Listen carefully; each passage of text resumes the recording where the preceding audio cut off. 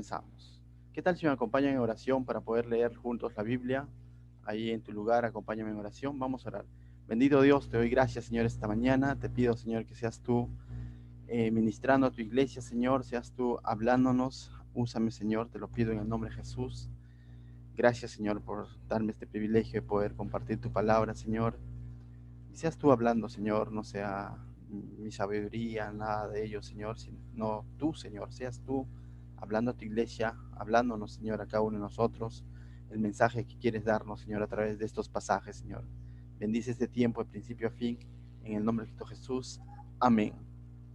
Muy bien, hermanos, el libro de Hechos es un libro que nos está registrando prácticamente toda la historia de la iglesia desde sus comienzos, ¿no? La iglesia primitiva.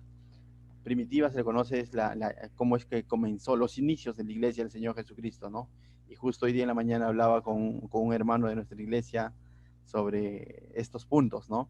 Y recordarles también, ¿no? Nuestro bosquejo de todo el libro de Hechos está basada en Hechos capítulo 1, verso 8, donde hubo una promesa, ¿no? Donde decía, y recibiréis poder cuando venga sobre vosotros el Espíritu Santo. ¿Para qué era este poder? Para ser testigos en todo Jerusalén, Judea, Samaria y hasta la última de la tierra, ¿no?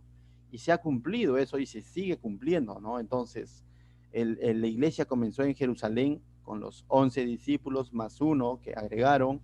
Luego ellos estaban cómodamente ahí en Jerusalén predicando, haciendo señales y prodigios, pero de pronto después de la predicación Esteban vemos cómo es que viene una persecución, una gran persecución, dice la Biblia, y la iglesia es dispersa, ¿no? Producto de esta persecución es dispersa por toda Judea y Samaria, se cumple el segundo punto, y después de ello en el capítulo 9 en adelante vemos cómo es que Dios llama a hombres como Pablo, ¿no? Como Pablo, y comienza a llevar su evangelio guiado por su Espíritu Santo en su primer viaje a partes o a la región de Asia, ¿no? Donde vimos ciudades como Listra, Derbe, en esos lugares, a los Gálatas, ¿no? O a la región de Galacia. Y luego vemos cómo ellos vuelven a la iglesia y dan testimonio cómo es que Dios está permitiendo, ¿no? Conversión de nuevos creyentes en esos lugares, ¿no? Y luego él emprende un segundo viaje misionero dispuesto a ir a ese mismo lugar, pero de pronto Dios lo lleva a otra región de Europa, ¿no? Donde hemos visto cómo es que de pronto Pablo, juntamente con Silas, con Timoteo y en una parte del viaje con Lucas, llegan a ciudades como Filipos, ciudades como Tesalónica, ciudades como Atenas, donde veíamos la semana pasada cómo es que Pablo en este aerópago predicó para todos los atenienses, ¿no? Y hoy vamos a ver, continuando con ese segundo viaje misionero, entonces, en el capítulo 18, Pablo va a llegar a una ciudad llamada Corinto, ¿no? Y esto sí nos suena porque quizás con mucha frecuencia se cita las cartas o las epístolas a los corintios, ¿no? Primera, segunda, a los corintios. Y vamos a ver que Corinto, así como Atenas, tenía una similitud con nuestra forma de vida de hoy. Corinto también va a tener una similitud con nuestra vida de hoy, ¿no? Va a ser una ciudad, como se suele decir, picante, ¿no? Va a ser como solemos decir acá, como el Callao, así era Corinto. Y ahí estamos, ¿sí? Entonces, Hechos capítulo 8, estamos en este punto entonces, cuando Pablo va a llegar a Corinto. ¿Después de qué? Después de haber predicado en Atenas, ¿no? No se quedó ahí, no sabemos por qué de pronto en ese lugar no comenzó una iglesia, pero cumplió su propósito, ¿no? Anunciar el Evangelio de Dios, anunciar al Dios desconocido, como lo llamaban los atenienses. Entonces, verso 1, mira lo que dice el capítulo 18, dice, después de estas cosas, Pablo salió de Atenas y fue ¿a dónde? A Corinto, ¿no? Después de estas cosas, después de haber predicado en el Areópago, haber anunciado al Dios que ellos no conocían, se fue a Corinto. Entonces, hablemos un poquito de Corinto. Corinto era una ciudad muy importante para el Imperio Romano. ¿Por qué? Porque Corinto tenía dos puertos. Entonces, comercialmente hablando, o en tráfico de personas, el hecho de tener puertos significaba, aquel entonces no habían aeropuertos, bueno, el aeropuerto es un lugar donde de pronto van a llegar gente de todo lugar, ¿no? Pero aquel entonces eran los puertos, ¿no? Donde la gente de distintas ciudades, por motivos de comercio, por motivos sobre todo de comercio, ¿no? Y también quizás turismo, sí o sí tenías que pasar, si tú querías ir a esa región, tenías que pasar por Corinto.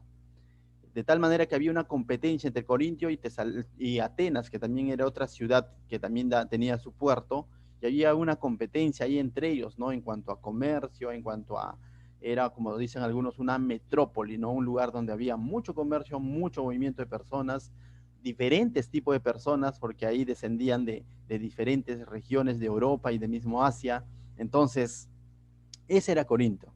Algo similar a lo que hoy en día podríamos decir el Callao, ¿no? El Callao también está, si tú haces un vistazo así panorámico, Callao, personas que sean de Callao son pocas, ¿no? En realidad la gran mayoría de personas que están en el Callao son personas que han venido de distintos lugares, ¿no? Entonces, algo así era, ¿no? En tema de comercio, en tema de variedad de personas, de costumbres, así era Corinto, ¿no? Era una ciudad picante. Aparte de todo ello, no solamente eso, Corinto era conocida como una ciudad de hedonismo e inmoralidad. ¿Qué es hedonismo, no? El ciudadano de Corinto vivía mucho del placer, ¿no? Buscaba mucho satisfacer su yo en todo sentido, ¿no? En vicios, negocios, placer, inmoralidad, ahí abundaba, ¿no? O sea, la inmoralidad sexual, el libertinaje en Corinto era como que decir, ¿no? Oye, te vas a ir a Corinto, ¿no? En el mundo, como que decían, ese lugar es tal o cual, incluso por eso decía, había una especie de turismo, pero justamente como teniendo por motivo esto, ¿no? ¿Por qué? Porque aquel lugar era muy popular por el culto a una diosa llamada Afrodita, que los romanos lo llamaban la diosa Venus, ¿no? Ella era la diosa de la fertilidad y de la sexualidad, ¿no? Entonces tenían todos unos rituales hacia esa diosa que estaba muy pegado a la prostitución, a la inmoralidad sexual, ¿no? Y tú dices, si Pablo, o sea, si tú fueras Pablo, irías a un lugar como eso, como ese, para comenzar una iglesia, una misión, humanamente no es estratégico, ¿no? Comenzar una iglesia en un lugar como eso. Pero recuerda, Pablo está siendo guiado por el Espíritu Santo, ¿sí? Pablo está siendo guiado por el Espíritu Santo. Y este lugar de alguna manera refleja cierto sector de la humanidad, ¿no? Hay un sector que dice, nosotros somos cultos, como los atenienses, ¿qué pecado he cometido? ¿No? O sea, muy sabios. Y a ellos llegó Dios. Pero hay un sector donde también se dice, estos nunca van a cambiar, ¿no? O sea, Corinto es un lugar, pero terrible, ¿no? O sea, ahí va la gente que practica la inmoralidad. Cambiarán, ¿no? Pero Pablo fue a ese lugar porque sabemos que el Espíritu Santo lo guió a ese lugar, ¿correcto? Entonces, es más, Pablo desde esta ciudad es muy relevante en la Biblia porque Pablo desde este lugar es que él escribe su carta, por ejemplo, a los romanos. Entonces, Pablo, si bien es cierto, en su carta a los romanos, al iniciar nada más el capítulo 1, hace un recuento de cómo es que el ser humano ha caído bajo la inmoralidad, cómo es que el ser humano se ha corrompido, y se refiere ciertamente al pasado, se refiere a Sodoma y Gomorra, a los tiempos antes de Noé, pero también Pablo estaba viviendo toda esta inmoralidad, toda esta forma de vida en el momento en que él escribe la carta a los romanos, porque él se encontraba en Corinto. Entonces salía de la casa y de pronto veía todo esto en la ciudad, ¿no? O sea, toda esta forma de vida. Y por eso que explica un poco esto, porque Pablo, por ejemplo, anótalo en Romanos capítulo 1, del 22 al 30, describe estas cosas con tanta contundencia. Describe estas cosas porque, uno, porque lo tenía presente ahí en Corinto, frente a sus ojos, y otro porque ciertamente la historia bíblica lo decía, ¿no? Sobre Sodoma y Gomorra y todo lo demás. Mira lo que dice Pablo en Romanos 1, 22. Dice, profesando ser sabios, se hicieron necios y cambiaron la gloria de Dios incorruptible en semejanza de imagen de hombre corruptible, de aves, de cuadrúpedos, de reptiles, por lo cual también Dios los entregó a la inmundicia en las concupiscencias de sus corazones, de modo que deshonraron entre sí sus propios cuerpos, ya que cambiaron la verdad de Dios por la mentira, honrando y dando culto a las criaturas antes que al Creador, el cual es bendito por los siglos. Amén. Por esto Dios los entregó a pasiones vergonzosas, pues aún sus mujeres cambiaron el uso natural por el que es contra la naturaleza. Y de igual modo también los hombres, dejando el uso natural de la mujer, se encendieron en una lascivia unos con otros, cometiendo hechos vergonzosos, hombres con hombres y recibiendo en sí mismos la retribución debida de su extravío. Y como ellos no aprobaron tener en cuenta a Dios, Dios los entregó a una mente reprobada para hacer cosas que no convienen, estando atestados de toda injusticia, fornicación, perversidad, avaricia, maldad, llenos de envidia, homicidios, contiendas, engaños, malignidades, murmuradores, detractores, aborrecedores de Dios, injuriosos, soberbios, altivos, inventores de males, desobedientes a los padres, necios, desleales, sin afecto natural, implacables, sin misericordia, quienes habiendo entendido el juicio de Dios, que los que practican tales cosas son dignos de muerte, no solo lo hacen, sino que también se complacen con los que las practican. Entonces Pablo hace un recuento de cuál es el estado del mundo, ¿no? Pero como te vuelvo a decir, él tenía todo el respaldo bíblico de que esto ha sucedido a través de la historia del Antiguo Testamento, pero también tenía una evidencia frente a sus ojos, porque él escribe esta carta estando en Corintio, ¿no? Y ya te he dicho cómo era esta ciudad, así de inmoral, ¿no? Entonces, tiene una convicción tal, por eso cuando él escribe esta carta, ¿no? Porque lo tenía frente a sus ojos. Pero eso no hizo de que él de pronto cierre las puertas a los ciudadanos de Corinto y diga, acá no va a pasar nada, sino muy por lo contrario, Pablo va a comenzar a anunciar el evangelio en un panorama como este, ¿no? Entonces, esto nos habla también de que Dios no hace acepción de personas, ¿no? Ayer el maestro en la clase de Pentateuco, algunos lo conocen, David Troncoso, dijo algo muy interesante, ¿no? Dijo algo muy interesante. El hombre no solamente está separado de Dios a causa del pecado, sino que está separado de Dios porque no ha abrazado su misericordia, ¿no? Porque no ha aceptado la misericordia de Dios.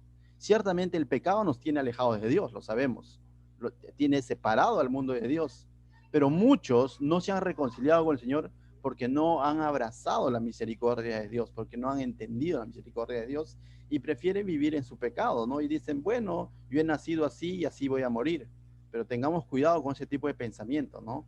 Pero al mismo tiempo vemos cómo es que Dios, su misericordia, se sigue mostrando aún en lugares como estos, ¿no? Entonces tú dirás, después de haber visto todo esto, ya, después de ver todo esto, podrías tú decir, Dios será capaz de hacer, de comenzar una obra en un lugar como el que tú vives. Definitivamente que sí, ¿no? O sea, de ver, para Dios no hay imposibles, ¿no? Tú dices, pero ese familiar a quien yo le voy a predicar no creo que cambie, porque ya está, pero pastor, usted no lo conoce, es terrible, decimos, ¿no? Pero aún en ese lugar, aún en esa persona, Dios puede hacer su obra. Y lo va a hacer en Corinto, ¿correcto? Lo va a hacer en Corinto. Entonces, pasamos al verso 2.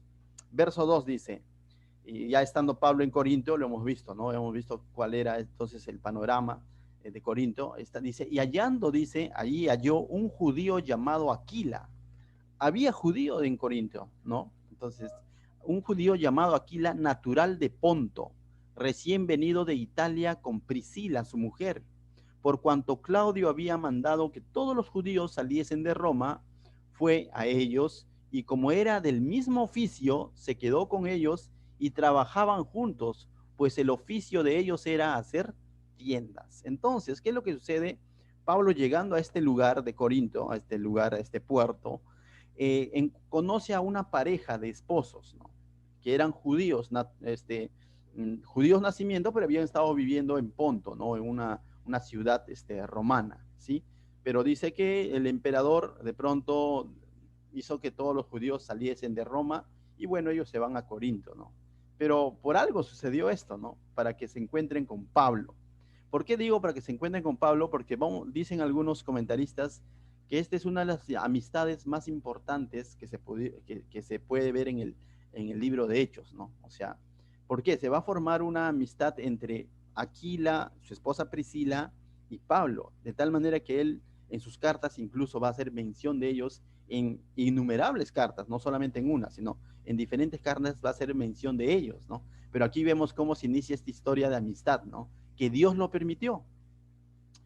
También se entiende que Pablo es el que los ganó para Cristo, porque acá se les describe como judíos, no como creyentes, sino eran judíos que estaban en ese lugar, pero tenían algo en común con Pablo, dice, ¿no? Tenían algo en común de que trabajaban en el mismo oficio. Sí, ese es muy importante porque trabajaban, y esto nos indica que Pablo tenía un oficio, bueno, o sea, él chambeaba en un oficio. Justo de eso vamos a hablar dentro de unos instantes. Pero Aquila y Priscila también tenían un oficio, ¿no? Dice, era el hacer tiendas. Pero a lo que quería ir es de que Pablo, esta amistad que se forma entre Pablo, Aquila y Priscila es muy importante, tanto así que Pablo, en su carta nuevamente a los romanos, en el capítulo 16, versos 3 y 4, él los menciona como colaboradores. Llegaron a ser sus colaboradores, pero no solo a sus colaboradores, sino que dice que expusieron su propia vida por él. O sea, fue una amistad eh, realmente se volvieron amigos, ¿no? Y un compromiso para con el Evangelio. Entonces es importante poner nuestra mirada por un instante en este encuentro que se está dando, ¿no? Dice, si encontraste Romanos 16, versos 3 y 4, dice, saludad a Priscila, cuando él está escribiendo a los romanos, dice, saludad a Priscila y a Aquila, mis colaboradores en Cristo Jesús, que expusieron su vida por mí, a los cuales no solo les doy gracias, sino también todas las iglesias de los gentiles. Entonces, ellos, vamos a ver que Aquila y Priscila, dice la historia, que se formó una especie de comunidad en la casa de Aquila y Priscila, ¿no? Es más, cuando vienen las persecuciones, uno de los refugios para los creyentes va a ser la casa de Aquila y Priscila, donde los creyentes se van a refugiar. Pero para esto también es bueno quizás ver un poquito el tema de Priscila, ¿no? Priscila viene de un término, de un apellido italiano, Prisca, ¿no? Y el apellido, los Prisca en Italia, esto es por historia ya, eran personas de pudientes. Entonces eran unas personas que tenían bienes, ¿no? Y de alguna manera, por eso que Pablo muchas veces va a decir mis colaboradores, porque juntamente con ellos trabajó, ¿no? Algunos llegan a pensar incluso a decir que probablemente ellos fueron los que le dieron trabajo a Pablo. Es interesante, ¿no? Que cuando Pablo dice mis colaboradores, no lo dice solamente en el sentido espiritual de refugio, sino que incluso le dieron trabajos. ¿Saben por qué? Porque el mismo texto dice ahí, pues el oficio de ellos era hacer tiendas, dice, y como eran del mismo oficio, se quedó con ellos trabajando juntos. No dice que se quedó con ellos y bueno, ¿no? Ellos lo mantuvieron a Pablo, ¿no? Sino dice trabajando juntos, pues el oficio de ellos era hacer tiendas. Y de eso quería hablar un poco, ¿no? A veces hemos escuchado mucho sobre Pablo, y, pero Pablo tiene una faceta, una parte de su vida que muchas veces poco se destaca, ¿no? Poco se dice. ¿Por qué? Luego al final vamos a llegar a la conclusión por qué poco se destaca esta faceta de la vida de Pablo. Pablo, ahí nos dice claramente que trabajaban juntos, pues tenían, dice, pues el oficio de ellos era hacer tiendas, ¿no? Pablo era un constructor de tiendas, pero lógicamente aquel entonces las tiendas eran hechas de telas o de pieles de animales. Pablo tenía un oficio como hoy en día decir un constructor, ¿no? Lógicamente hoy en día los materiales han cambiado, puede ser madera, puede ser ladrillo, puede ser adobe. En otras palabras, Pablo era un constructor, ¿no? Él hacía tiendas y juntamente y chambeaba en eso, ¿no? Es por eso, es interesante ver que justamente en este lugar llamado Corintio, Pablo se dedica a trabajar, como se dice, ¿no? A trabajar físicamente para proveer por sus necesidades, pero al mismo tiempo se dedica a predicar. Lo digo, muchas veces se pone poco énfasis sobre esto, pero es bueno recalcarlo. Pablo trabajaba con sus manos, pero también predicaba el evangelio. No había motivo para decir no hay tiempo, ¿no? A veces escribo uno que otro, hermano, hermana, ¿por qué no estás congregando? ¿Por qué no? Es que el trabajo, pastor, ¿no? O es que los estudios, ¿no? Por ahí algunos jóvenes me dicen, es que estoy estudiando. Y ten cuidado, o sea, Pablo tuvo tiempo para chambear y encima para hacer la obra. O sea, es interesante ver eso, ¿no? Pablo, interesantemente también, aunque tenía un derecho, porque ahí, por ahí salen algunos espirituales, a decir, ¿no? Pero el obrero es digno de su salario, ¿no? Si Pablo era un predicador, tenía que vivir del evangelio. Aguanta. Pablo y pocos quieren seguir este ejemplo quizás, pero es bíblico también. Lo otro también es bíblico, el obrero es digno de su salario, ciertamente. No pongas bozal sobre el, ¿cómo se dice? Sobre el buey que trilla, y hay textos que hablan de que de pronto el misionero, el pastor, el evangelista, como que tiene que vivir del evangelio, dicen incluso, y es cierto, es bíblico. Y no estoy en contra en los que sanamente lo hacen de un buen corazón. Pero, ¿por qué no recalcar un poco el ejemplo de Pablo? Pablo, en este lugar de Corintios, sobre todo enfatizó su trabajo, su provisión, cómo es que Dios lo proveyó, fue a través de su trabajo. Mira, él en la primera carta a los Corintios, capítulo 9, aquí como era un lugar de negocio próspero, todo era economía, como dice, ¿no? Con la plata bailaba el mono. Entonces, a este lugar más adelante llegarían falsos maestros, ya una vez fundada la iglesia en Corintio por Pablo, más adelante llegarían falsos maestros que lo que querían sacar era provecho. ¿Provecho qué? Económico, ¿ya? Provecho económico. De tal manera que la iglesia de Corintio, que era inmadura definitivamente por todo el trasfondo que tiene, llegaban a pensar y a desvalorar el trabajo de Pablo. Y se llegaba incluso a decir, como Pablo no cobra, ¿no? O sea, como por así lo decían, ¿no? Como Pablo no percibe un apoyo de la iglesia, una ofrenda, entonces quizás su mensaje no es tan poderoso. Y comenzaban a tergiversar el mensaje de Pablo. ¿Me dejo entender? Eso estaba ocurriendo. Estaban menospreciando el mensaje por el hecho que Pablo no cobra. Por eso que veíamos la vez pasada cuando estudiábamos sobre las características de un siervo, como es que Pablo, a pesar de todo eso, les aclaró de que no era así, ¿no? O sea, de que no era así como ellos estaban pensando, sino que lo que él estaba haciendo era distar, era por un tema de testimonio para identificarse frente a esos falsos maestros. ¿Por qué? Porque esos falsos maestros, su énfasis era la economía, sacar provecho de la iglesia, porque era una iglesia muy pudiente, pero al mismo tiempo una iglesia muy inmadura, ¿no? Por el trasfondo que tenía. Plata es lo que había, pero madurez es lo que escaseaba. Entonces, Pablo en ese contexto, ¿qué es lo que hace? 1 Corintios capítulo 9, verso 7 en adelante, vamos a ver que Pablo renuncia a su derecho, y leámoslo, si no, el verso 7 en adelante, dice 1 Corintios capítulo 9, verso 7, ¿quién fue jamás soldado a sus propias expensas? ¿Quién planta viña y no come de su fruto? ¿O quién apacienta el rebaño y no toma de la leche del rebaño? Digo esto no solo como hombre, dice. Digo esto solo como hombre. ¿No dice esto también la ley? O sea, la ley decía que lógicamente, ¿no? El obrero es digno de su salario. 9.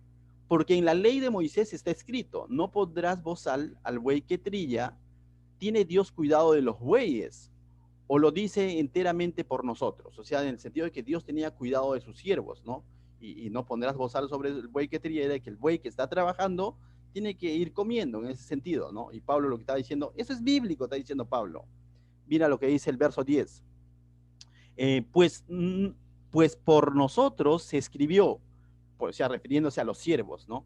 Porque con esperanza debe arar el que ara, y el que trilla con esperanza debe recibir fruto. Si nosotros sembramos entre vosotros lo espiritual, dice Pablo, en gran cosa si segamos, dice, es gran cosa si segamos de vosotros lo material. Y Pablo les está diciendo, no para decirles, por lo tanto me tienen que dar, sino le está diciendo, eso es correcto, eso es válido. El que siembra lo espiritual también puede segar lo material, y es algo que estaba establecido así, ¿no? Desde el tiempo de Moisés. Y Jesús también lo va a recalcar, ¿no? Pero dice, verso 12, si otros participan de este derecho entre ustedes, y ya se está refiriendo a estos falsos maestros, cuyo énfasis solamente era que eso, ¿no? Pues los voy a enseñar, les voy a guiar, pero me tienen que dar, ¿no? O sea, lo material, tengo que cegar lo material. Entonces, cuando se volvió el énfasis en eso, Pablo venía lo que dice, ¿cuánto más nosotros? Dice, pero no hemos usado este derecho, sino que lo soportamos todo por no poner ningún obstáculo al evangelio de Cristo. Y Pablo está renunciando a su derecho de percibir un apoyo de parte de la iglesia de Corintio. Pero vemos en otros pasajes donde Pablo sí percibió apoyo de los filipenses y también de los tesalonicenses. Pero ¿por qué no lo hizo de pronto en los corintios? Porque tenía todo un contexto donde habían falsos maestros que justamente ponían su énfasis sobre eso, ¿no? Y Pablo, para distar de todo ello, prefirió ¿qué? Trabajar. Prefirió trabajar juntamente con Aquila y Priscila a ejercer su oficio. Mira lo que dice el verso 14. No, 13. Dice, ¿no sabéis que los que trabajan en las cosas sagradas comen del templo y que los que sirven al altar del altar participan? Así también ordenó el Señor a los que anuncian el Evangelio, que vivan del Evangelio. Pero yo, dice, pero yo, Pablo no está, dice, pero yo de nada de esto me he aprovechado, ni tampoco he escrito esto para que se haga así conmigo, porque prefiero morir antes que nadie desvanezca esta mi gloria. Pues si anuncio el Evangelio, no tengo por qué gloriarme, porque me es impuesta necesidad. Y hay de mí si no anunciar el Evangelio. Por lo cual, si lo hago de buena voluntad, recompensa tendré. Pero si de mala voluntad, la comisión, dice, la comisión me ha sido encomendada. Dice, ¿cuál pues es mi galardón? Que predicando el Evangelio presente gratuitamente el Evangelio de Cristo, para no abusar de mi derecho en el Evangelio, por lo cual, siendo libre de todos, me he hecho siervo de todos para ganar mayor número. Y aquí Pablo estaba justificando por qué él prefirió no hacer uso de ese derecho. Pero veamos el contexto de Corinto, ¿no? Era un contexto totalmente donde todo era material, ¿no? Donde todo era buscar satisfacción material, todo era la plata lo compra todo, ¿no? Entonces, y a ese lugar, ¿quién no le gustaba ir a pastorear, pues, ¿no? Donde hay un lugar donde preferirían estar viviendo de una manera inmadura, pero percibiendo sus ganancias, ¿no? Entonces Pablo dista de ellos y dice, no. Por eso que en Tesalónica, mira lo que dice Pablo en Tesalonicenses 2.9, primera Tesalonicenses 2.9, dice, porque os acordáis, hermanos, de nuestro trabajo, dice, y fatiga, como trabajando de noche y de día, para no ser gravosos a ninguno de vosotros, os predicamos el Evangelio de Dios. Pablo en estos lugares gentiles prefirió trabajar para no ser gravosos, dice, para no ser piedra de tropiezo, para las personas que no conocían todo el trasfondo de ese trasfondo que se suele decir, el obrero es digno de su salario. Es cierto, es bíblico, sí, pero Pablo evaluó ¿cómo se dice, no? Evaluó el sentido de que ciertamente él iba a vivir cómodamente a lo mejor, pero al mismo tiempo podía haber sido piedra de tropiezo para otros, aun si en él no hubiera mala intención. Aun si en él no hubiera mala intención, probablemente pudiera haber sido piedra de tropiezo para muchos. Es más, en mismo Hechos 20, más adelante lo vamos a volver a estudiar, pero dice Pablo lo siguiente. Esto a mí me impacta, Hechos 20, es del 33 al 35, y Pablo cuando se está despidiendo de los ancianos de Éfeso, allá en Mileto, Pablo les dice algo interesante, y después de decirles todo esto, dice, todos rompen en llanto. Mira lo que les dice Pablo, verso 33 al 35, dice, ni plata, ni oro, ni vestido de nadie he codiciado. No dice, no he recibido, porque a lo mejor lo apoyaron, pero dice, ni plata, ni oro, ni vestido de nadie he codiciado. Antes vosotros sabéis que para los que me han sido necesario a mí y a los que están conmigo, estas manos me han servido. O sea, lo que está diciendo en otras palabras, que lo que si hemos tenido necesidad, no solo yo, sino mi compañía, a los que él llevaba, dice, con sus manos les han servido. Y esto no quita la gloria de Dios. Pablo está reconociendo que Dios ha suplido sus necesidades de esta manera, ¿no? Verso 35. En todo os he enseñado que trabajando así se debe ayudar a los necesitados y recordar las palabras del Señor Jesús, que dijo, más bienaventurado es dar que recibir. Y en este contexto es el que él dice esto, ¿no? En el sentido que él se despojó de un derecho bíblico, pero ¿por qué? Por amor al alma, por amor a los hermanos, para que ellos no tergiversen esta verdad y de pronto piensen que de pronto tienen algún derecho sobre el Evangelio, ¿no? Entonces Pablo hizo esto. La pregunta es, hoy en día muchos omiten predicar esto, ¿no? Decir, oye, Pablo chambeó y es bíblico. Hoy en día la religiosidad, no lo digo en algunos lugares, hace que de pronto se omita esta parte de la historia de Pablo y se diga, no, el siervo de Dios tiene que ser sustentado por la iglesia. Tengamos cuidado, tiene que ver todo un contexto. Pablo se está entregando de lleno a la iglesia, pero al mismo tiempo está proveyendo por sus necesidades, pero tenía una motivación, por amor a los hermanos. Él renunció a un derecho. La pregunta es que cuando venimos a servir al Señor, ¿cuál es nuestra motivación? ¿No? Y eso tiene que, el todo siervo del Señor, ayer hablábamos de misioneros, siervos, tiene que tener algo muy claro, ¿no? O sea, ¿cuál es nuestra motivación? ¿El Señor mismo o los beneficios que el Señor me va a dar por servirle? Ya más allá de predicar, de ser pastor, de lo que fuese, el simple hecho de servirle, lo estoy haciendo por amor al Señor, tanto así que a veces llega a afectar cierta parte de mi economía o cierta parte de mi comodidad, o lo hago porque de pronto el que siembra cosecha, porque también se saca eso fuera de contexto y se dice, no, siembra y cosecha, ten cuidado. La motivación de Pablo fue, como se dice, renunciar a ese derecho, y lo hizo. Y es por eso que vemos este dato interesante que juntamente con Aquila y Priscila trabajaban haciendo tiendas de constructores, ¿no? Entonces, mis hermanos, en lo personal, a manera de testimonio, en nuestro ministerio, nosotros optamos por este ejemplo de Pablo, ¿no? O sea, y más de una ocasión quizás hemos recibido consejo de uno que otro hermano que en su buena voluntad, y lo respetamos, ¿no? O uno que otro pastor en su buena voluntad dice, no, oye, pero el obrero es digno de su salario y todo eso. Y le digo, yo creo que Dios cuando llama tiene un trato con cada uno, un trato particular, ¿no? O sea, y nos da convicción. Y conozco siervos de Dios que se dedican de lleno a la iglesia y de pronto Dios los provee a través de ese mecanismo bíblico y qué bueno, ¿no? Lo que disto es de que de aquellas personas que su énfasis es vivir del evangelio. De eso sí distamos, ¿no?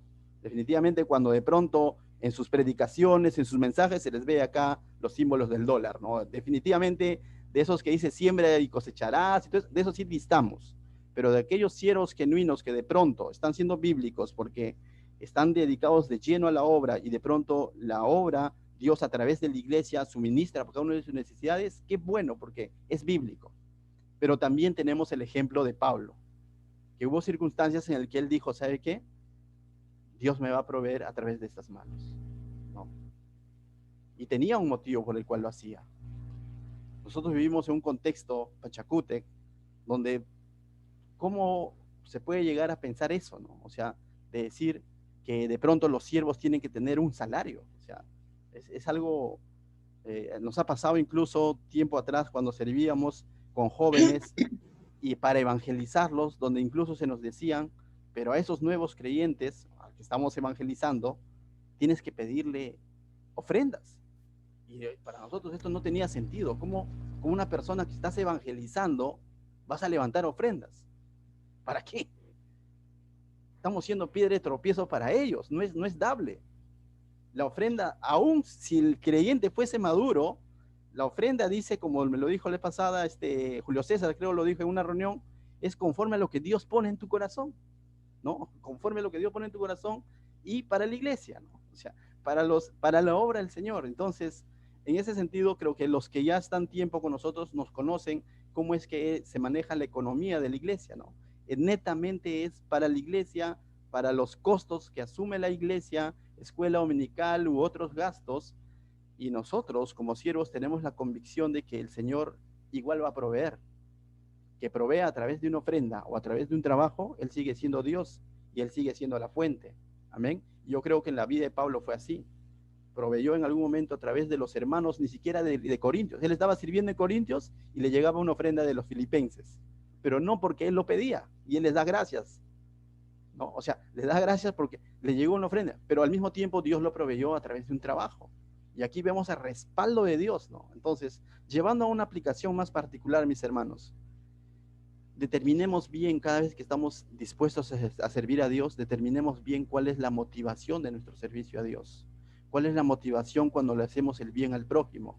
¿Cuál es la motivación cuando le predicamos el evangelio a alguien? Quizás ese alguien ni gracias te va a decir, pero que haya entregado su vida a Cristo, esa es la recompensa, de ver que esa persona entregó su vida a Cristo.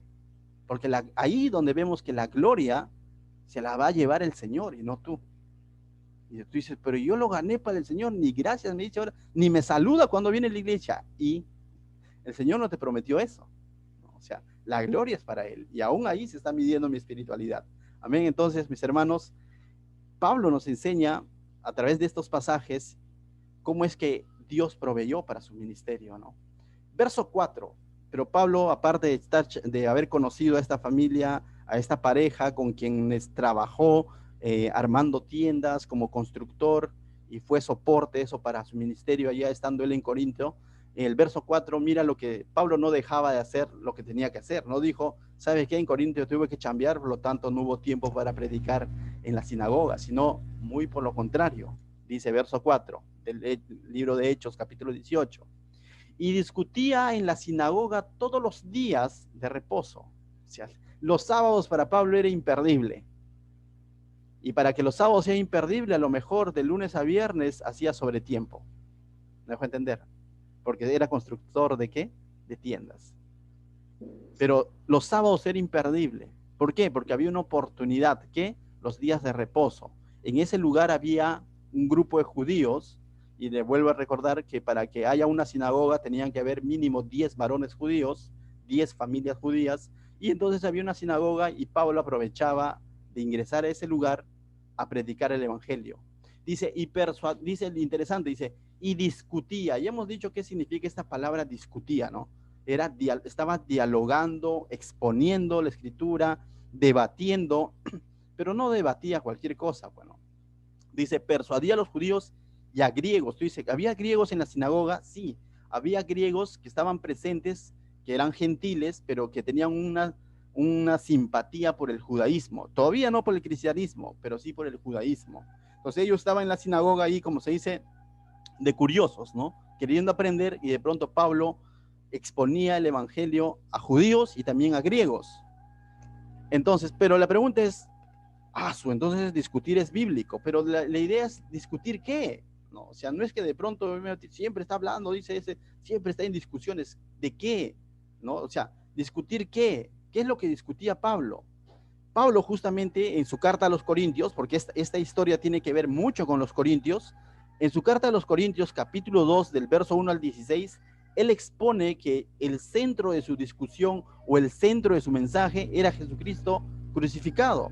Entonces, eso es lo que él discutía o presentaba, porque en 1 Corintios 2, de 1 al 16, lo buscas, dice, pues me propuse no saber entre vosotras cosa alguna, sino a Jesucristo y a este crucificado. Es decir, lo que Pablo se había propuesto no es que enseñarles de pronto tradiciones judías, cosas como esas, o principios de valores, o en contra de la inmoralidad sexual, porque acá hay mucha inmoralidad. No se había trazado llevar temas como esos. Su tema, dice que él se había propuesto, era presentar a Jesucristo crucificado.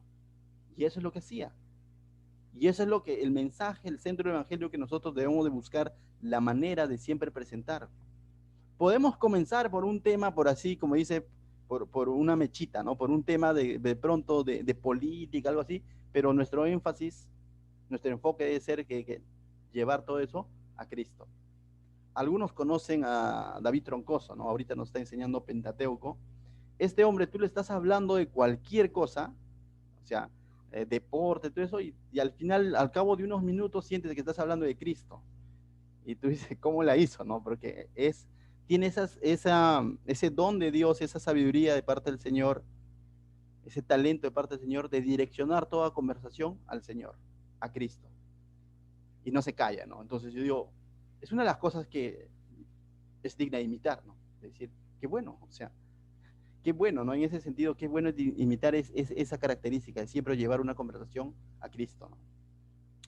Verso 5, mira, dice, Entonces, una vez que Pablo está presentando el evangelio en la sinagoga, mira lo que ocurre en el verso 5. Y cuando Silas y Timoteo vinieron de Macedonia, ¿se acuerdan que Silas y Timoteo se quedaron en la región de Macedonia, en Berea, en Tesalónica, en ese lugar, ¿no? Pablo es el que se fue a Atenas, ¿no es cierto? En cambio, ellos se quedaron ahí afirmando la fe de los hermanos de Tesalónica y de Berea, ¿no? Entonces dice, cuando Silas y Timoteo vinieron de Macedonia, de toda esa región, Pablo estaba entregado por entero a la predicación de la palabra, testificando a los judíos que Jesús era el Cristo. Entonces llega Silas y Timoteo, pero nosotros vemos que podemos ver en la carta a los tesalonicenses, recuerda, ¿de dónde venía Silas y Timoteo? De Macedonia, donde estaba Tesalónica, ¿no? Y más adelante Pablo va a escribir a los tesalonicenses diciendo que cuando Silas y Timoteo vinieron a él, o sea, refiriéndose a este evento, ¿qué es lo que le narraron sobre los tesalonicenses cuando Pablo ya no estaba? Y mira lo que le dice en la primera carta, capítulo 3, del verso 6 al 8. Le dice, pero cuando Timoteo volvió de vosotros a nosotros, nos dio buenas noticias de vuestra fe y amor, y que siempre nos recordáis con cariño, deseando vernos como también nosotros a ustedes. Por ello, hermanos, en medio de toda nuestra necesidad y aflicción, fuimos consolados de vosotros por medio de vuestra fe, porque ahora vivimos si vosotros estáis firmes en el Señor. Timoteo y Silas llevaron estas noticias a Pablo, y ahora Pablo en su carta les está diciendo, todo esto me ha dicho Timoteo y Silas de parte de ustedes. Y es interesante cuando les dice, ¿no? Que eso sirve de ánimo para ellos, el ver cómo ellos están firmes en el Señor. Pablo está recibiendo buenas noticias y está viendo frutos de su ministerio ya en Tesalónica, estando él ahora en Corintio, ¿no? Cómo es que Dios seguía obrando en los tesalonicenses, en ese lugar donde también de alguna manera él fue, ¿qué cosa? Sacado, ¿se acuerdan? Le hospedó un hombre llamado Jasón, pero luego es sacado a Berea, luego lo persiguen hasta Berea y de Berea él se va hasta Atena, pero ahora está recibiendo buenas noticias que de pronto esta palabra del Señor no está regresando vacía, sino que está trayendo frutos. Entonces, mis hermanos, eso va a alentar a Pablo, eso va a hacer que él se entregue más todavía de lleno, a pesar de que está en Corintio, en un lugar quizás circunstancialmente nada favorable a lo mejor para el evangelio, pero eso hace que él se entregue más de lleno. Por eso dice en el mismo texto 5 de Hechos que estamos leyendo, dice, y Pablo estaba entregado por entero a la predicación de la palabra, testificando a los judíos que Jesús era el Cristo. Ese era el centro de su discusión. ¿Qué cosa?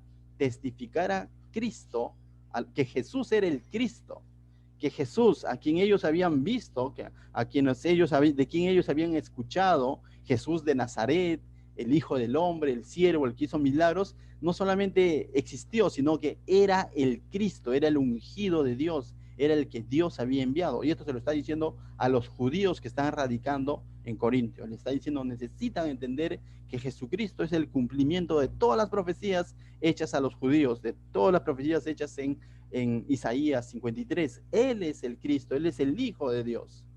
Entonces, como judío, tú escuchar esto, y la reacción más lógica sería decir, wow, ¿no? Qué bueno que ya se cumplió la profecía y que Jesús es el Cristo, ¿no? O sea, vámonos con todo, te apoyamos, Pablo, ¿no? O sea, lo más, sí, Pablo, mira, te apoyamos porque tú ves que estamos viviendo en un lugar de Corinto donde abunda la inmoralidad y todo eso, y nosotros como judíos, la verdad, no hemos podido hacer mucho, entonces, pero con este mensaje vayamos y evangelicemos a estos gentiles. Es la respuesta más que cualquiera de nosotros podría esperar, ¿no?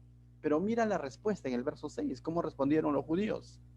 Pero oponiéndose y blasfemando estos, o sea, blasfemaron en contra de quién, sería la pregunta. La blasfemia solamente se puede hacer en contra de una deidad. La blasfemia solamente se puede hacer en contra del Espíritu Santo. La blasfemia solo se puede hacer en contra de Dios Padre o en contra de Jesucristo. Y definitivamente lo que Pablo está presentando es a Jesús como el Cristo. Y ellos están blasfemando, están negando esta verdad. Dice, y oponiéndose, dice, y blasfemando estos, dice. O sea, simplemente lo rechazaron.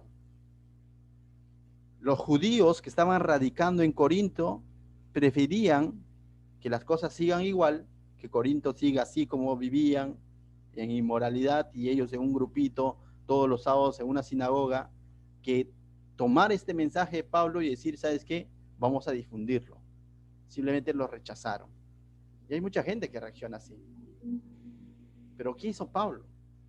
Dice, y Pablo les rogó y les insistió, no dice, mira, es interesante ver este punto también, porque dice, les dijo sacudiéndose los vestidos. Ya te imaginas qué va a hacer Pablo, ¿no? Sacudirse los vestidos es una expresión como que me lavo las manos con ustedes, ¿no? O sea, sacudiéndose los vestidos, dice, vuestra sangre sea sobre su propia cabeza. O sea, ustedes ya escucharon el mensaje, son responsables sobre su propia cabeza, que el juicio de Dios venga. Dice, yo limpio, o sea, ustedes responsables, yo limpio. Desde ahora me iré a los gentiles. Y Pablo, después de haber apelado de alguna manera a predicar a los judíos que estaban en Corinto, quería comenzar como en los diferentes pueblos lo hizo, comenzar desde la sinagoga, con los judíos que ya tenían cierto conocimiento de Dios, comenzar una obra ahí, pero simplemente como ellos se opusieron y blasfemaron en contra del nombre del Señor Jesucristo, él se lava las manos, se sacude los vestidos, le dice, bueno, yo estoy limpio, cada uno de ustedes son responsables, desde ahora me iré a los gentiles, ¿no? Entonces, en realidad tú dices, pero si Pablo desde un inicio fue llamado a los gentiles, sí, pero recuerda que Pablo era judío, pues, y como judío es como nosotros, ¿no? Podemos tener un llamado a evangelizar, a presentar el evangelio, pero, ¿cómo se dice? El mensaje debe comenzar por casa, ¿no? ¿Cómo puedes estar predicándole a un desconocido si a tu propio familiar aún no le has predicado, ¿no? Si a tu propio familiar aún no le has invitado.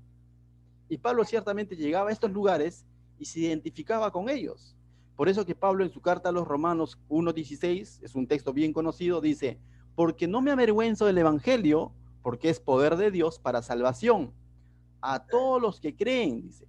Y Pablo pone el orden, a los judíos primeramente y también al griego. El griego significa el gentil, pero dice al judío primeramente.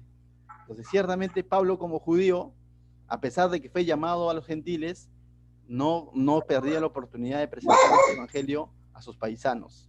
Pero sus paisanos blasfemaron y entonces Pablo ahora dice, me lavo las manos con ustedes. La pregunta sería, ¿Pablo estaría haciendo mal, estaría siendo aquí quizás drástico al hacer esto? Algunos quizás dirían, ¿por qué no insistió un poco más? Tal vez se convertían, tal vez se retractaban.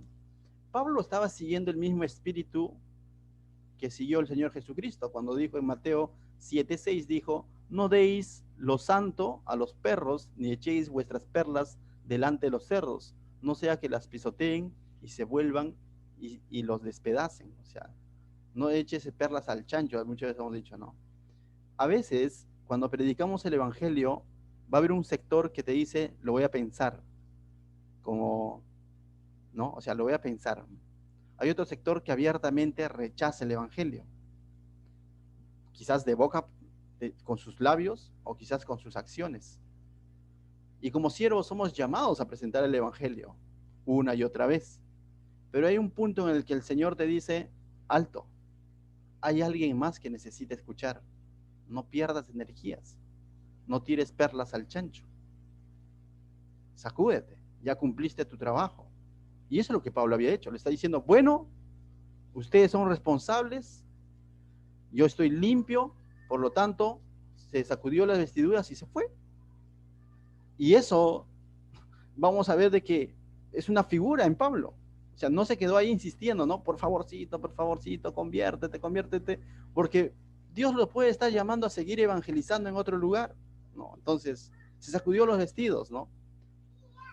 A veces, cuando las personas están decididas a rechazar el evangelio una y otra vez, no debemos seguir insistiendo hasta que Dios abra las puertas nuevamente, ¿no? Eso no significa que lo descartes, de que algún momento se convierta esa persona, pero tampoco trates de ganarlo en tus fuerzas. Sigue orando por esa persona a lo mejor, pero a lo mejor a tu otro costado hay otro que está dispuesto a escuchar el evangelio y nosotros estamos entusiasmados diciendo, yo lo cambio, yo lo cambio, yo lo cambio. Y cuando el Señor te dice, aquí al costado tengo otro que está sediento y hambriento de mi palabra. Entonces, eso se llama, ¿no? Enfocar bien nuestro evangelismo, ¿no? Como personas, pero también muchas veces ocurre como iglesia. Conozco de pastores que han estado en un lugar predicando y predicando, predicando al barrio, al barrio, al barrio, y de pronto llegó un momento en el Señor dijo, ¿sabe qué? Comienza una nueva obra en tal lugar, y comenzaron, y en ese lugar comenzaron a ganar gentes para el Señor. Y al final el evangelio fue compartido en los dos lugares, pero como siervos somos responsables de cumplir nuestra labor a lo que Dios nos ha llamado. La pasada dijimos, ¿no? Dios nos llama a ser obedientes, no a tener resultados. Los resultados déjaselo a quién, al Señor, ¿no? Mientras seamos nosotros responsables con lo que Él nos ha pedido que hagamos, ¿no? Por tanto, id y haced discípulos, anunciando, ¿no? Entonces vemos aquí eso en Pablo, y de pronto él se sacude los vestidos y dice, no voy a insistir más. Y para muchos esto sería chocante, pero mira, los resultados se ven en el siguiente versículo, nada más, verso 7 dice, y saliendo de allí se fue a la casa de un llamado Justo, dice, temeroso de Dios, la cual estaba junto a la sinagoga. Junto a la sinagoga había otro hombre que era, ¿qué cosa? No era cristiano todavía, pero era ¿qué? Temeroso de Dios. Alguien que con la primera prédica ya estaba levantando la mano. Alguien que con el primer mensaje está diciendo, ¿cuándo me bautizo? ¿No? Imagínate si Pablo se hubiese quedado ahí en la sinagoga terco, ¿no? Diciendo, no, yo los convierto, son mis paisanos, yo los convierto. Justo, Crispo, que va a hablar el verso 8, estarían ahí diciendo, ¿quién me predica? Estaban al costadito de la sinagoga. Entonces, Dios los saca a ese lugar y los lleva, dice, ¿no? Dice, junto a la sinagoga. Y Crispo, dice, el principal de la sinagoga, que estaba ahí, y por Roche, lógicamente, quizás no dijo nada, siendo el principal de la sinagoga, dice, y Crispo, el principal de la sinagoga, creyó en el Señor con toda su casa. En la sinagoga hubo oposición, pero hubo uno que captó el mensaje, y fue Crispo. Y no solamente él, esto lo transmitió a toda su casa, a todo su hogar. Dice, a toda su casa, y muchos de los corintios, dice, oyendo, creían y eran bautizados. Y no solamente Crispo y su familia, sino otras personas más de Corinto también comenzaron a creer en el evangelio, pero ya no en la sinagoga. ¿Por qué te digo? Porque en la sinagoga no iban a permitir que esté un corintio con todas esas costumbres que tenía, pues, ¿no? En la sinagoga no iban a dejarle entrar en short, con bibirí, con el tatuaje, no le iban a dejar entrar en la sinagoga, pero en la casita del costado le dejaron entrar a este corintio que tenía un pasado quizás de inmoralidad, a este ciudadano de Corintio que a lo mejor tenía un pasado de ser un avaro, no sé, pero cualquier haya sido su pecado que era propio de los corintios, estaba al costado, que sí pudo entrar a ese hogar y fueron ganados para el Señor. Y dice, muchos de los corintios, ya no dice de los judíos, tampoco de los griegos, sino de dónde? De los corintios, de esta ciudad, de este lugar. En ese lugar hubo espacio para ellos y en ese lugar conocieron el Evangelio. Por eso es que cuando decimos, cuando reenfocamos el evangelismo o a dónde Dios nos está llamando, no es que desechemos personas, sino que veamos lo de que Dios nos está llamando a compartir personas que Él sabe que van a aceptar su palabra, que están dispuestos a venir al evangelio, ¿no? Entonces, ciertamente Pablo no tiró las perlas al chancho, sino que hubo alguien que aprovechó esas perlas de la palabra de Dios, como Crispo, su familia y algunos ciudadanos, o muchos ciudadanos de Corinto, y así comienza la iglesia. Y así comienza la iglesia en Corinto. No perfecta, bajo estas condiciones, pero dice, oyendo, creían y eran bautizados. Y aquí vemos también, ¿no? Primero la fe y luego el bautismo, ¿no? Entonces, qué interesante es ver esto, mis hermanos. Pablo, más adelante en la carta a los Corintios, también les va a recordar a los Corintios, les va a decir, recuerden un poco, les va a decir, ¿no? ¿Cuál era la vocación de ustedes antes de venir al cristianismo? O sea, ¿cuál era su forma de vivir? Cuando Pablo los quiere exhortar, más adelante le va a decir, recuerden cómo es que Dios los ha ganado. Y yo creo que les está recordando este evento cuando comienza la iglesia.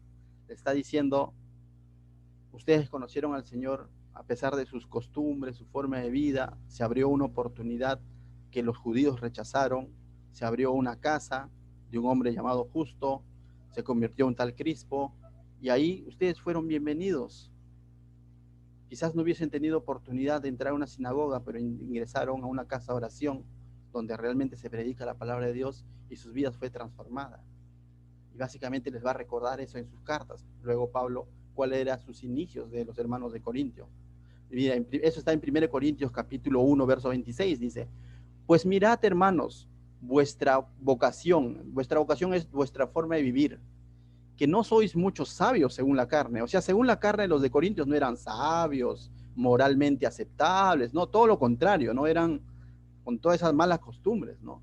Ni muchos poderosos, dice, ni muchos nobles, o sea, no eran gente bien. Entonces lo que le está diciendo, miren hermanos, que vuestra vocación, ustedes en la carne no han sido nada bueno para la sociedad.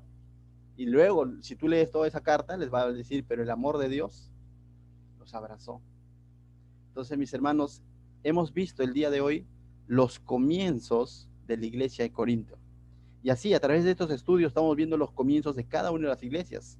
Hemos visto de Éfeso, de los Filipos, de Tesalónica, hemos visto los comienzos ahora de Corinto. A modo de aplicación personal, la pregunta sería, ¿todavía te cabe duda si Dios hace acepción de personas? Definitivamente Dios no hace acepción de personas.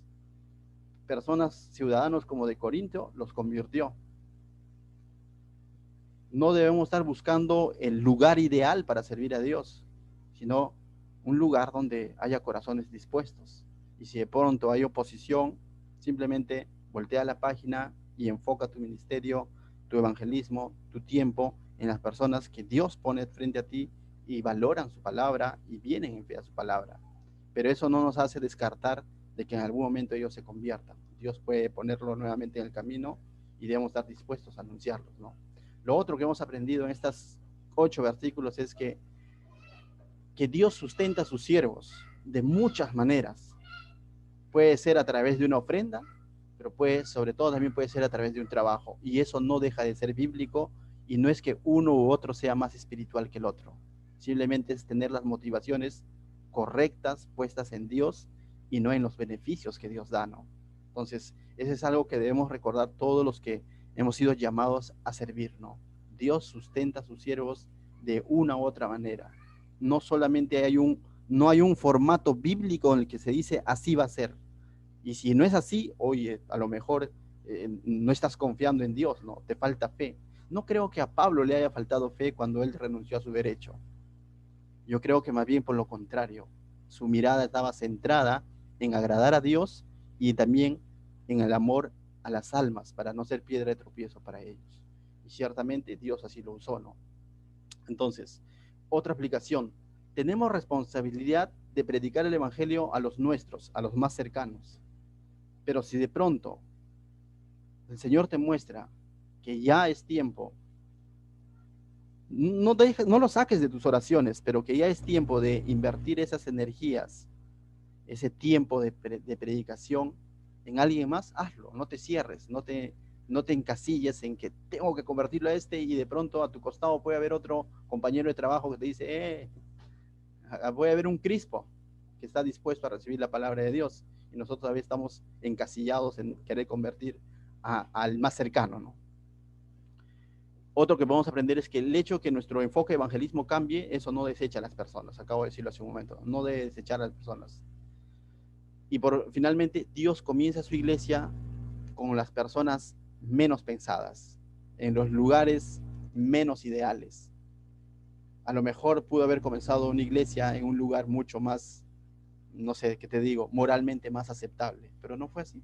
Él comenzó su iglesia en un lugar como Corinto, ¿no? Entonces no fueron descartados. ¿Qué tal si oramos? Padre mío, te doy gracias, Señor, esta mañana por tu palabra, por cómo es que tú nos exhortas